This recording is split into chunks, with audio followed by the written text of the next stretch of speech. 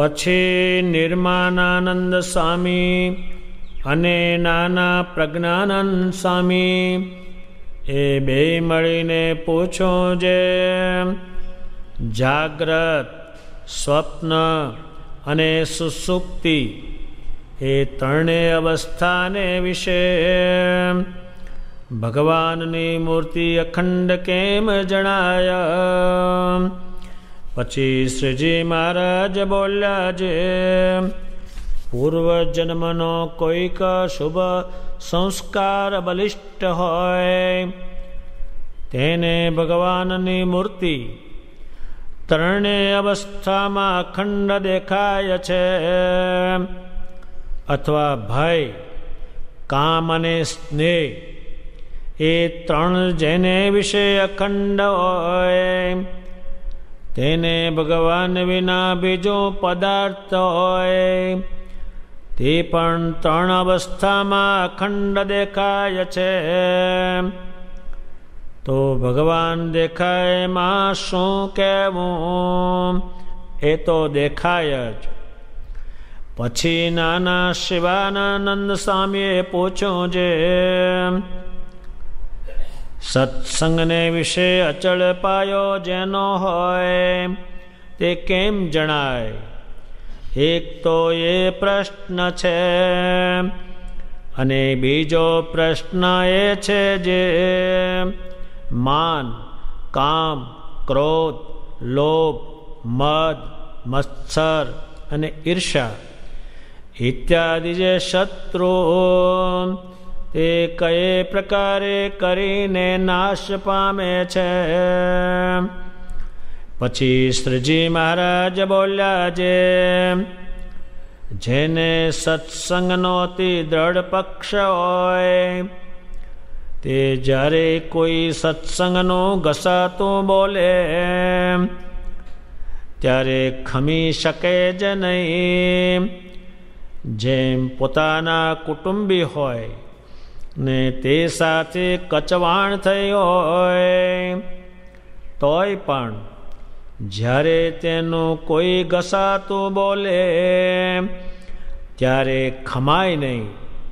એવી રીતે જેવો દેહના સંબંધીનો પક્ષ છે તેવો જેને સત્સંગનો પક્ષ હોય તેનો પાયો સત્સંગને વિશે અચળ છે. અને બીજા પ્રશ્નનો એ ઉત્તર છે જે જેને એવો સત્સંગનો પક્ષ છે તે સંત અથવા સત્સંગી તે સંગાતે માન, મત્સર, ઈર્ષા કેમ રાખી શકે? માટે જેને સત્સંગનો પક્ષ હોય તેના માન, મદ, મત્સર, ઈર્ષા આદિ સર્વે શત્રુનો નાશ થઈ જાય છે. અને જેને સત્સંગીનો પક્ષ ન હોય અને સત્સંગી ને કુસંગીને વિશે સંભાવ હોય તો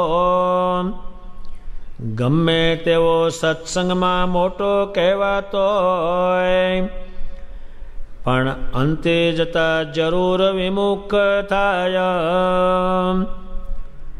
પછી નાના આત્માનંદ સ્વામીએ પૂછ્યું જે ભગવાન અને ભગવાનના સંત તે કોઈકને તો નિધડક થઈને જેમ કહેવું ઘટે તેમ કહે છે અને તેની કોરનો એમ ભરોસો આવે છે જે આનું માન કરીશું અથવા તિરસ્કાર કરીશું તોય પણ કોઈ રીતે એ પાછો નહીં પડે એવો ભરોસો તે ભગવાનને ભગવાનના સંતને કેમ આવે? એક તો એ પ્રશ્ન છે. અને બીજો પ્રશ્ન એ છે જે સંતને પાસે રહેતા હોઈએ તેને જેવું આપણા ઉપર હેતો હોય તેવું સમગ્ર સંતને કેમ રહે. પછી શ્રીજી મહારાજ બોલ્યા જેવો શિવાનંદ સ્વામીના પ્રશ્નનો ઉત્તર કર્યો છે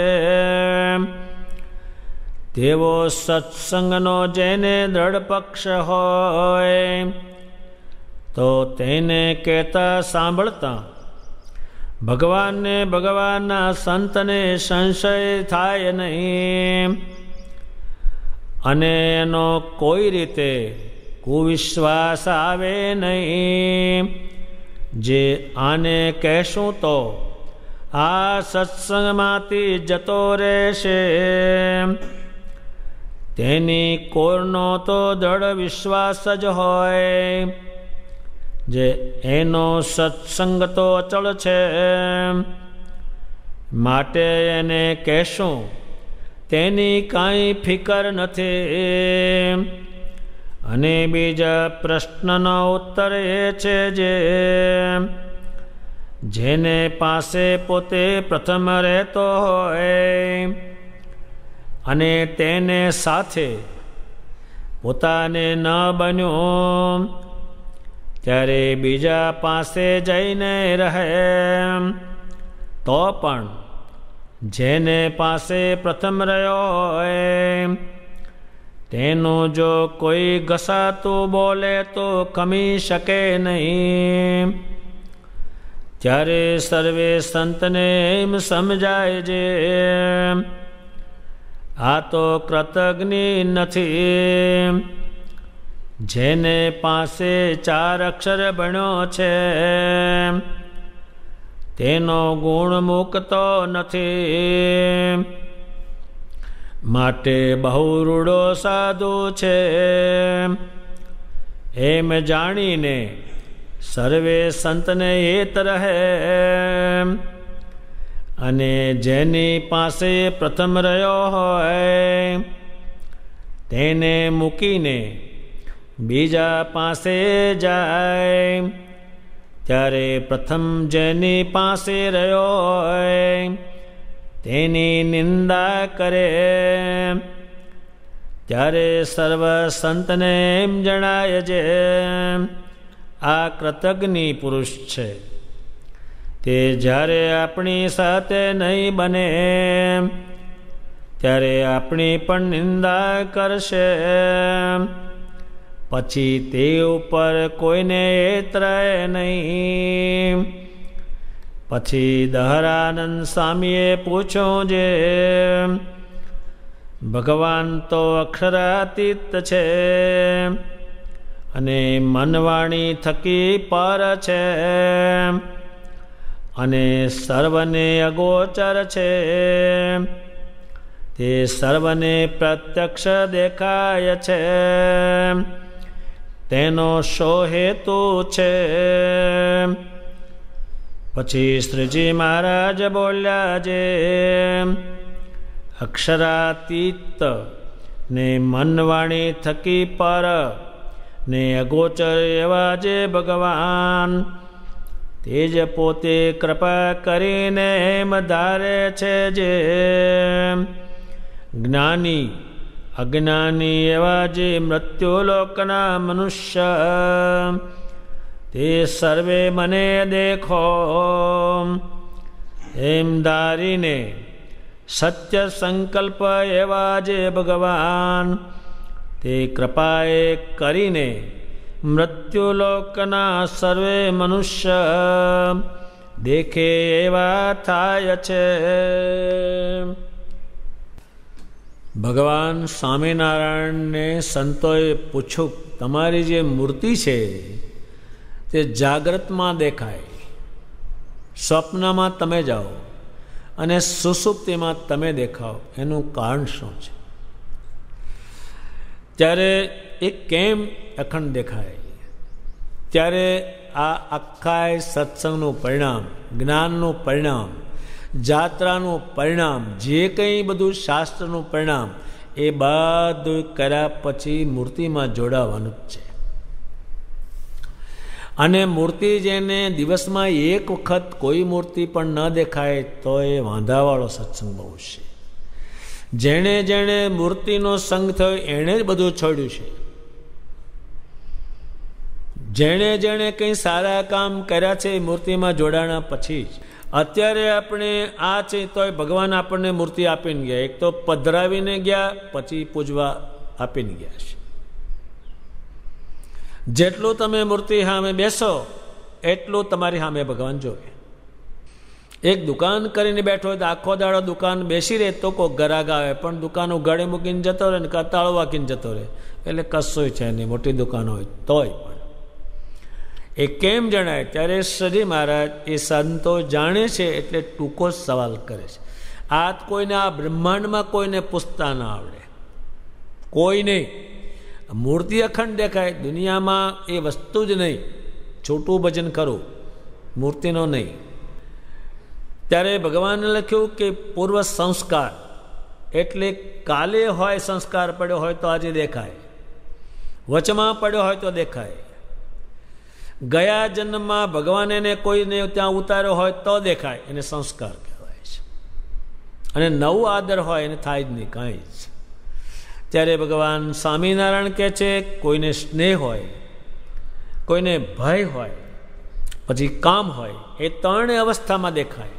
તો આ દેખાય એમાં શું? અત્યારે જેને ભય હોય કંઈક એ વસ્તુ એક કોઈ શત્રુ હોય એને 24 કલાક દેખાય, એ જાય જ નહીં. કંઈ એને સ્નેહ હોય એને એ જ દેખાય, બીજું દેખાય જ નહીં. એમ ભગવાન સ્વામિનારાયણની મૂર્તિ એ સત્સંગનું પરિણામ છે. મૂર્તિ ત્યારે બધા એનું પરિણામ શ્રીજીમાની મૂર્તિ છે. મૂર્તિ પાસે આખો દાડો આપણે નથી બેસી રહેવાના, પણ આપણું મન જોઈન્ટ કરી શકવાના ગમે ત્યાંથી. અમેરિકાના છેડા ઉધી રહે પણ એ જોઈન્ટ થઈ શકે છે મૂર્તિ જોડે, તો પાસે જ છે. એ પ્રશ્ન કર્યો, એ ભગવાન એનો ઉત્તર કર્યો છે. બીજો જે પ્રશ્ન છે એ શિવાનંદ સ્વામીએ પૂછ્યું છે કે આ સત્સંગમાં અચળ પાયો કોનો? એ કાંઈ પડી જાય છે એ પણ એમણે જોયું છે. અચળ પાયો, પાયો એટલે એ પડે જ નહીં, સત્સંગમાંથી ન પડે. ગમે તેવું માન થાય, અપમાન થાય. શ્રીજી મહારાજ એટલો બધો અખતરો કરે, અત્યારનો તો એક માણસ ટકી શકે નહીં એટલો અખતરો કરે કે આનો અચળ પાયો છે કે પડી જાય એવો છે, કેમનો છે? અપમાન કરે જાણી જાણી. ત્યારે અચળ પાયો કેનો છે? પાયો એટલે સ્વામિનારાયણમાંથી ક્યારેય પડે નહીં. સુખમાં, દુઃખમાં, માનમાં, અપમાનમાં, ભૂખ મરામાં, ગમે તેમાં પડે નહીં કોઈ દાડો. સ્વામિનારાયણમાંથી ન પડે. એનું એ પ્રશ્ન ભગવાનને પૂછ્યો. ત્યારે ભગવાન કહે છે જેને સત્સંગનો દ્રઢ પક્ષ હોય, પક્ષ એટલે સત્સંગ ભગવાન સંબંધી કંઈ હોય, મંદિર સંબંધી હોય, એ પક્ષ કહેવાય. જેમ આપણે દેહના સંબંધી સાથે કચવાણ થઈ હોય પણ બીજો કોઈક બોલે તરત જ એનો પક્ષ રાખે છે. ભલે અમારા ભાઈ જોડે હું બોલતો નથી પણ મારા ભાઈનું તો કેમ બોલ્યો, એમ પક્ષ રાખે. આ પક્ષ છે, કંઈ કામમાં લાગવાનું નથી. આ લાગશે. સ્વામિનારાયણ ભગવાન તમારો પક્ષમાં ક્યારે આવે કે એના પક્ષમાં ગયા હોય તો. મેં નાત બાર થયા, હેરાન થયા, એના પક્ષમાં સત્સંગે ગયા છે. દાદા ખાતેના પક્ષમાં ગયા છે. ત્યારે પક્ષ જેને હોય એનો પાયો અચળ છે, એ કોઈ દાડો પડવાનો નથી. ત્યારે ભગવાન સ્વામિનારાયણે એ પક્ષ કયો. અને સત્સંગી અને કુસંગી એમાં સંભાવ હોય તો એ ગમે ત્યારે સત્સંગમાંથી જતો રહેવાનો છે, એ વિમુખ થવાનો છે. વિમુખ એટલે એનું મુખ સ્વામિનારાયણમાંથી ફરી જવાનું છે. ત્યારે આપણે સ્વામિનારાયણ ભગવાનના કોઈ સાધુ હોય, હરિભગત હોય, મંદિર હોય, કંઈ પણ સ્વામિનારાયણનું આવ્યું તો થોડો પક્ષ રાખવાની ટેવ રાખવાની, તો સત્સંગમાંથી પડશે નહીં. કેટલાક વખત તો એના ધણીઓએ સ્ત્રીઓને ઘણું કહ્યું તો પણ એ કંઈ ડગી નથી. એક બાઈ હતી, તે સ્વામિનારાયણને એક વાસણ આપવું હતું, ભાઈને મોટું. છોકરાએ ના પાડી કે એવડું મોટું અને નાનું આપે ને એમાં આખી જિંદગી સુધી ભાઈ બોલી નહીં. એ સત્સંગમાં જે જાય છે ને આધારે. એટલે સત્સંગનો જે પક્ષ છે એ આપણે જોઈ જાઓ કે આપણે સત્સંગનો પક્ષ થોડો ઘણો છે કેમ. અને જો પક્ષ હોય તો આપણો પાયો ચોક્કસનો છે, એ પડવાનો નથી. એ પક્ષ જોઈએ એમાં. એ વાત ભગવાને સમજાવી. બીજા વિષયમાં ભગવાન સ્વામિનારાયણ કહે છે, નિધડક થઈને ભગવાન કેટલાકને કે કંઈ નહીં. એ શું છે એના મનમાં? એના મનમાં એક વસ્તુ છે. શું છે? એને દ્રઢ પક્ષ છે. એને ગમે તે ભગવાન કહે ને નિધડક થઈને કે. અત્યારે કહેવાય નહીં નિધડક થઈને કોઈને કાંઈ. તમે એક છોકરાને નિધડક થઈને કંઈ કહેવા જાઓ તો તમારે ખોળવા જવું જ પડે. આજે એમને હાચવે હરખો રહેજે હો, આ બધું તારું છે હો, એમ કરીને કે બાકી તો નિધડક તો કહેવાય જ નહીં. એ કહી શકશે. નિધડક ધડકાટો નહીં કે આને કહીશું જતો રહેશે. શું છે? એને સત્સંગનો દ્રઢ પક્ષ છે, એને કહેવાય સત્સંગનો જેને પક્ષ, એટલે ભગવાનનો પક્ષ. ત્યારે એક તો જેને સત્સંગનો પક્ષ હોય એને ભગવાન ગમે તે કહે. મુક્તાનંદ સ્વામી એક પેલે સાળીંગપુરમાં પધાર્યા. શ્રીજી મહારાજ ત્યાં બિરાજે અને ભગવાને એક આજ્ઞા કરી હતી, કોઈ મને મળવા ન આવે અને આવે તો કહેવા આવવું નહીં. મુક્તાનંદ સ્વામી એક ધાધલ હતા. એમને કહ્યું કે ભગવાન સ્વામિનારાયણને કહો કે મુક્તાનંદ સ્વામી આવ્યા છે, આપના દર્શન કરવા આવે. તો ભગવાને કહ્યું કે દર્શન નહીં થાય ત્યારે પાછા જાઓ, હવે આ મેળ પડે. એક આપણે આરતી મોડી, કેમ આરતી મોડી કરી અને કંઈક એને કંઈ ન હોય તો ધ્યાનવાદ મળે, લ્યો આ તમારી કંઠી. એ તો એટલા જ કક્ષાના છો, વધારે છો જ નહીં. એની કિંમતે શું છે? નિર્ધડક થઈને એ મુક્તાનંદ સ્વામી પાછા ગયા. ભગવાને પાર્ષદને કે ઘોડી લાય. મુક્તાનંદજી પાછા ગયા, એને પાછા બોલાવી લે. પણ એને કીધું ખરું, એ નિધડક થઈને કે એને પક્ષ છે એટલે બસ. એને માટે દેહ ધર્યો છે ને, એને માટે બધું કુરબાન કર્યું છે ને, એને નિધડક થઈને કે. અને બીજો એક પ્રશ્ન એ છે કે બધાએ સાધુને સરખું એત્રે કે જેની પાસે રહ્યો હોય એથી ન બન્યું એને તો બીજા સાધુ પાસે જઈને રહે તો જેની પાસે પહેલાં રહ્યો હોય એનું વાંકું ન બોલે કે એ સારા સાધુ છે પણ મારો જ વાંક છે, તો એના પર બધાને જ થાય.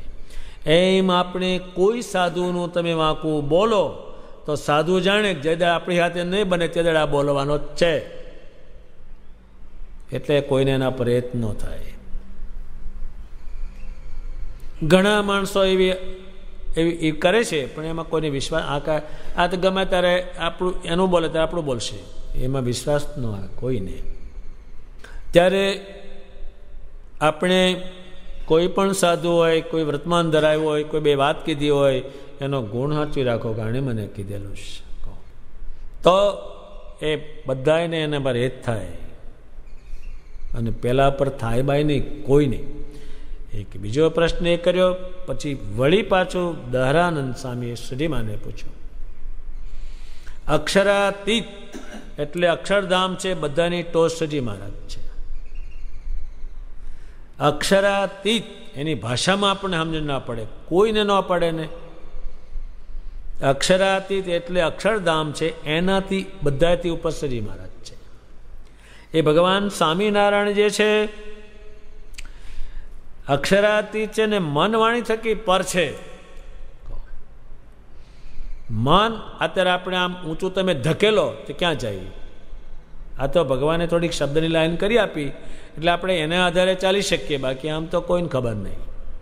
ક્યાં છે એ તો કોઈને ખબર નહીં, કે ઠેકાણ આવ્યું તે કોઈને ખબર નહીં, ક્યાં જવાય તે ખબર નહીં, આમ જશું તારે કેમ જશું એ કોઈને ખબર નહીં, એ વિમાન કેમનું આવશે તે આપણને ખબર નહીં, ક્યારે ઉઠાવશે તે ખબર નહીં કોઈને. આપણે એમ થાય કે ભગવાન લેવા આવશે ત્યારે આ આકાશને બાખું પાડી નીકળાતું છે કે આમનું હારું નીકળાતું છે, ખબર નહીં કોઈને કાંઈ. મન ક્યાંય જઈ શકે નહીં. તો તમને એટલા માટે ભગવાને મૂર્તિ બધા એમાં મન રાખજો, આમાં તો જઈ શકે નહીં કોઈ. મન અને વાણીને અગોચર, ગોચર નહીં. એમ તો દુનિયામાં બધા જપ એમ કરે જ છે તો બધા, પણ એ કોઈ જાય જ નહીં ક્યાંય. એ મન વાણીને અગોચર, મને જાય નહીં અને વાણીએ ત્યાં પોકેને નહીં પાહે. એ આ પૃથ્વી પર આવ્યાનું કારણ શું? કેટલા મોંઘા એ બોલો.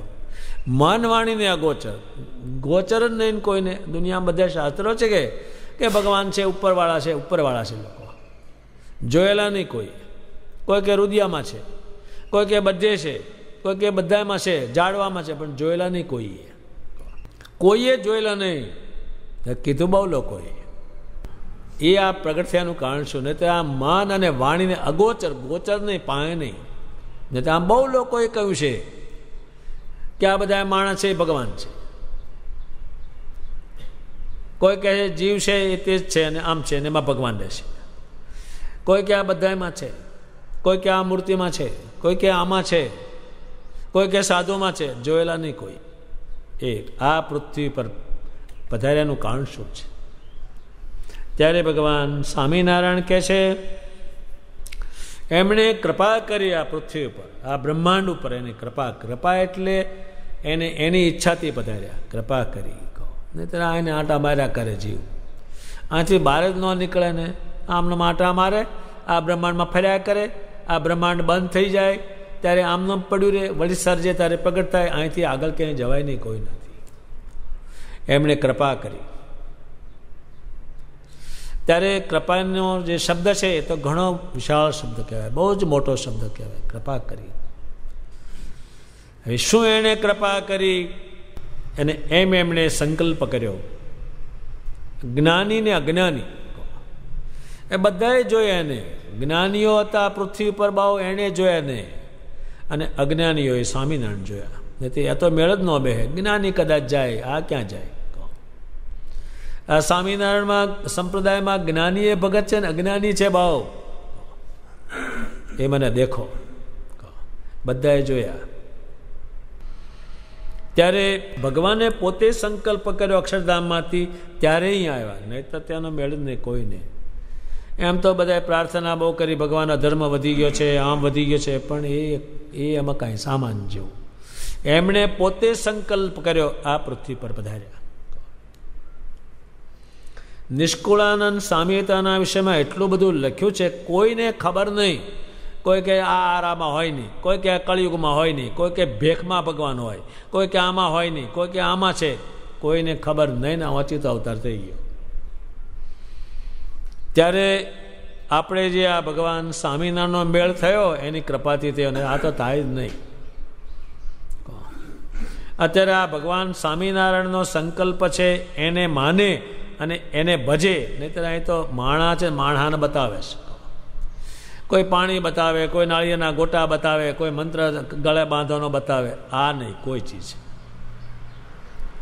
સ્વામિનારાયણ એ નહીં, કારણ કે એ માનવનું છે અને માણસની આ સ્થિતિ એની. જ્યારે સ્વામિનારાયણ ભગવાનનો સંબંધ કરો ત્યારે આ અનંત કોટી બ્રહ્માંડના પતિનો સંબંધ થાય છે. તમે સ્વામિનારાયણ ભજો એટલે બધા દેવ તમને અનુકૂળ, કોઈ તમને ન નડે. અને સ્વામિનારાયણને મૂકીને બીજું કરો, દેવતાઓ કહે છે આ તો હાવ બુદ્ધિ વગરનો છે. અમે જેને ભજીએ તેને મૂકીને અમારી પાસે આવ્યો પાછો. ત્યારે ભગવાન સ્વામિનારાયણ સંકલ્પ કર્યો છે, એને કારણે આ બ્રહ્માંડમાં પધાર્યા, ઘેરે ઘેર ફર્યા. એટલે નિષ્કુળાન સામે લખ્યો, સૂર્ય ભાગ્યશાળી તેઓ ભગવાનને જોયા. ત્યારે ભગવાન સ્વામિનારાયણ જે ઉપાસના આ બ્રહ્માંડ ઉપર થઈ એનું કારણ ભગવાન સ્વામિનારાયણ છે. પશુઓને પણ સમાધિ ભગવાને કરાવીને એના જીવન અક્ષરધામમાં લઈ ગયા લોકો. ત્યારે ભગવાને કૃપા કરીને તારા મન અને વાણીને અગોચર, આનો મેળ નહીં. હજુ તમે જોજો ને 2-3-5 વર્ષ પછી એનું કશું અડેલું હશે તે મળવું મુશ્કેલ છે. હજુ તો આખી દુનિયા એક ફેર આંટો મારશે સ્વામિનારાયણ ઉપર, કેમ કે મન વાણીને અગોચરે આ પૃથ્વી પર આવ્યા છે. એટલે એનું દાંતણે પણ તે દાડાના સંતો રાખી મૂક્યું છે. એ દાંતણને શું કરે કોઈ? ત્યારે ભગવાન આ પૃથ્વી ઉપર પ્રગટ થયા. એટલે આ મૃત્યુલોકના મનુષ્યો અત્યારે સ્વામિનારાયણ સ્વામિનારાયણ કરે છે, એનું કારણ ભગવાન સ્વામિનારાયણ પધારે એનું કારણ છે. અને જે જીવના કલ્યાણ માટે પધાર્યા.